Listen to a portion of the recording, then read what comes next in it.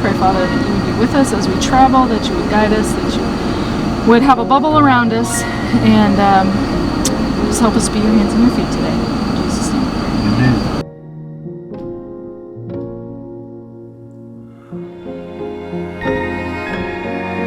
So you were all in there during the storm, Yes. true? Yes, we were.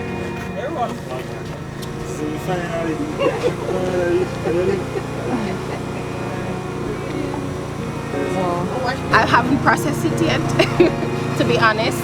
As I said, if it wasn't for my mom having over there,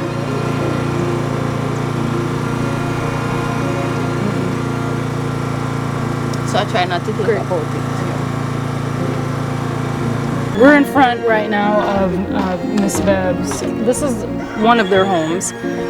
So right now you're in need of shelter as well as food and water.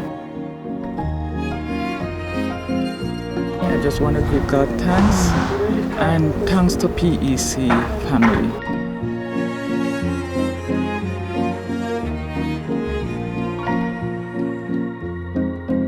So the ceiling has been damaged, especially the front area there.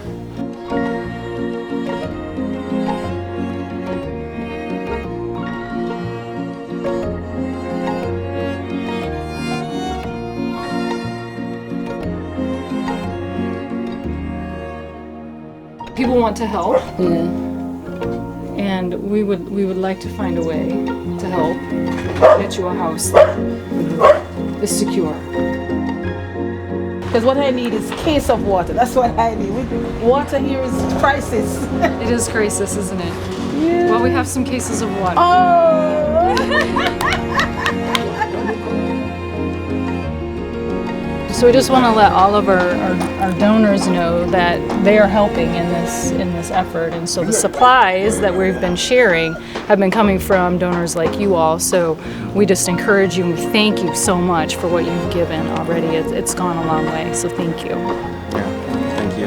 Thank you.